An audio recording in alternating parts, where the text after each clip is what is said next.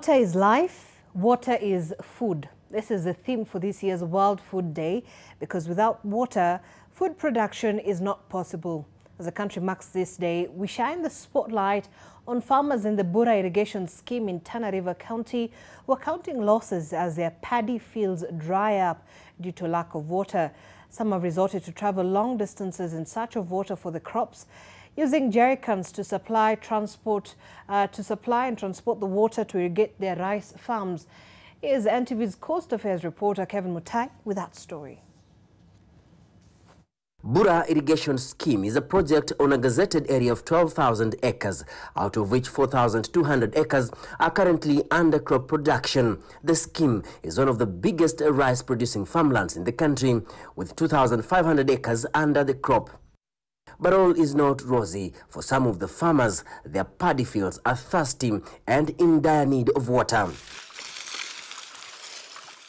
Some of the farmers are now ferrying water to their farms to at least mitigate the stress levels facing the crop. Wamama wanapata wakati mgumu sababu wanaenda kilomita na kilomita upande hiyo kutafuta maji, na wengine wanaenda upande hii kutafuta maji ya hata ya kutumia nyumbani.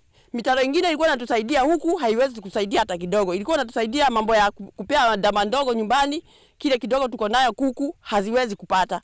Sasa tunaadhirika kwa njia zote zile. The dry spell is severely affecting the rice, with the intense heat cracking the soils, making it difficult for the crop to survive. Rice requires a lot of water and is mostly submerged to ensure crop productivity. Imefika kiasi ya kwamba hatuna vile tunaweza kujisaidia, sababu NIA ndio walituleta na ilikuwa ni irrigation. Huku sio pahali ya mvua, ni pahali ya maji. Imekuwa mashamba zetu zimeadhirika, hazipati maji ya kutosha na hatuvuni vile iwezekanavyo. Kila tukiteta ama tukisema kuna shida, huwa tunaona mabadiliko kwa miezi miwili ama miezi mitatu, tunarudi kwa ile shida tena. Farmers here claim that they pay 7,500 shillings each to the National Irrigation Authority for the supply of water. The scheme operates on an open canal system, an infrastructure used to supply water into the farms. The main source of water is River Tana, pumped by the National Irrigation Authority and distributed to farmers for irrigation.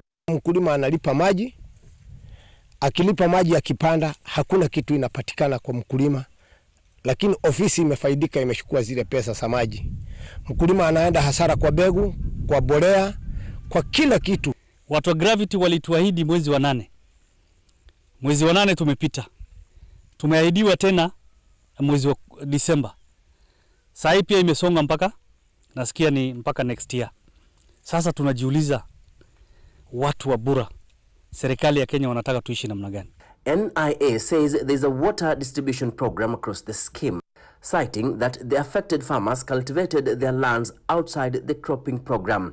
The agency is also accusing politicians of inciting farmers. The agency also says the volume of water pumped per day is approximately 210,000 cubic meters, 37.8 million cubic meters every cropping season. But one of the greatest impediment now is the fluctuating fuel prices that is likely to increase the cost of pumping from the current 10 million shillings per month. Tuko na kitengo inaitwa Irrigation Water User Association, ambao ndio tukishatoa maji kutoka kwa mtaro kubwa ama kwa mto tunaleta na mtaro kubwa mpaka kwa damu ile iko karibu na shamba.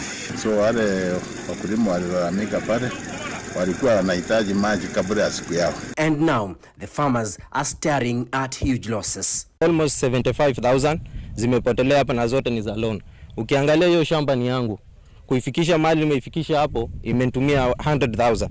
So far bank inadai 400. Na nikingangana ni maji tu ndio inaniangusha. Ukiangalia land iko very fertile. Mbolea tuko nazo zero. Nimelima shamba, nimenunua mbegu ya mchele, nikamwaga nasari, nikapanda. Nimetumia pesa mingi sana hapa. Ikiwa wao wameniambia kwamba hakuna shida nitapata maji. Lakini ukiangalia saa hii ile mbinu yenye ninatumia kupata ya maji hii shamba yangu, ninatumia mbinu ya kubeba maji na mkokoteni na kuja kumwaga ndani, kwa sababu sasa maji haipatikani. Watoto hakuna kitu ya kusomesha nayo. Ile mfugo yote tumeuza na saa hii tumebaki bila hatuna maelekeo yoyote kama sisi ni mkulima Bura. The multi-billion shilling Bura Irrigation Scheme has been operating under a diesel-powered pump-fed system, NIA saying the gravity-fed infrastructure will be implemented as from December to address water challenges affecting farmers. Hii ni dhuluma kubwa kabisa. Kama hii itaendelea namna hii, je, watoto na kina mama chakula itatoka wapi? Na ili hali maisha ndio hii yamekuwa magumu. Kwa hivyo yangu ni hiyo, tunaomba serikali kuu iingilie kati kuhakikisha kwamba wakulima wa Bura wamepata maji, wanalima chakula kuokoa njaa Kenya. Bona mnasahau na Tana River Bura Irrigation Scheme. Simuelekeze macho hapa kwa ukulima ndio igalawa scheme inuke kwa ukulima. Huu ni mpunga. Mwenyewe alikuwa anatarajia apate kitu, hata pata chochote sasa sababu ya ukosefu wa maji. The scheme produces 75,000 metric tons of rice annually, but farmers are anticipating for a decline in quantity this season as a result of insufficient water for irrigation.